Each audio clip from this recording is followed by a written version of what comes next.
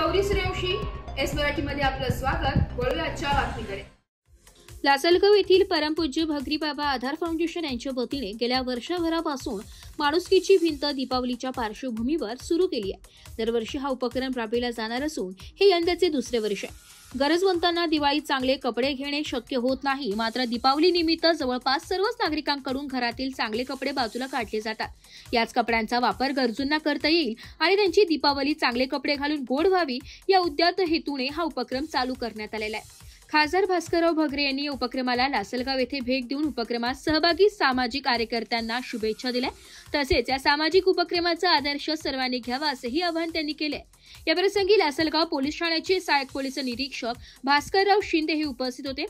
लासलगावसह परिसरातील अनेक नागरिक घरातील वापरात नसलेले कपडे धुवून स्वच्छ करून ते इस्त्री करत या ठिकाणी आयोजकांकडे आणून देतात। आयोजक जे गरजवंत आहेत त्यांच्यासाठी विशेष सोय करत सर्व आलेल्या कपड्यांचे विलगीकरण करत गरजवंतांना अतिशय चांगले कपडे देण्याचे काम केले आहे। अनेक महिला तसेच युवक कपड्यांच्या घड्या तसेच विलगीकरण करण्यासाठी मोठ्या प्रमाणात मदत करतात।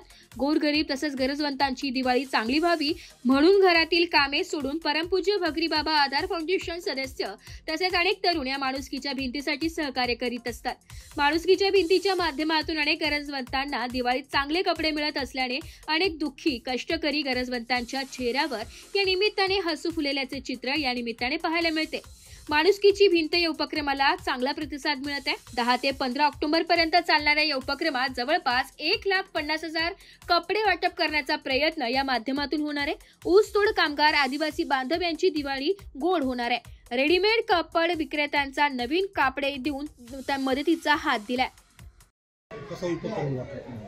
परमपूज्य भगरी बाबा आधार फाउंडेशनच्या वतीनं माणुसकीची भिंत या उपक्रमाअंतर्गत खऱ्या अर्थानं आज ज्या गोष्टीची गरज आहे, कारण समाजामध्ये बघतो की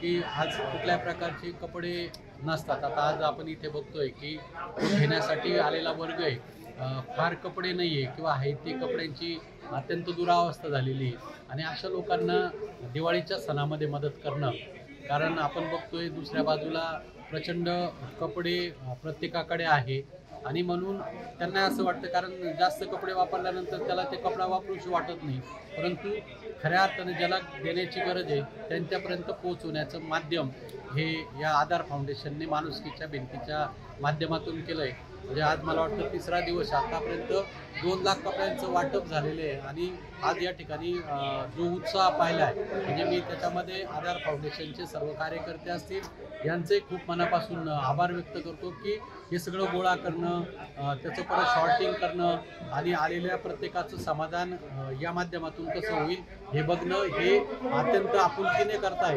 त्याबद्दल मी आधार फाउंडेशनच्या सर्व कार्यकर्त्यांना मनापासून धन्यवाद देतो। आज ज्या प्रांगणामध्ये हा कार्यक्रम होतोय परमपूज्य भगरी बाबा की ज्यांनी खऱ्या अर्थाने समाजासाठी फार मोठं योगदान दिलेलं आहे, त्यांच्याच पुण्याईमुळे खऱ्या अर्थानं लासलगावची भरभराट झाली असं मला वाटतंय आणि त्या कामाला हातभार लावण्याचं काम हे फाउंडेशनचे सगळेच पदाधिकारी करतायत, त्यांनाही शुभेच्छा देतो आणि खूप म्हणजे असा उपक्रम सगळीकडे झाला पाहिजे असंही मला वाटतं या निमित्तानं। एस मराठी न्यूज साठी तालुका प्रतिनिधी शरद लोहकरे, लासलगाव।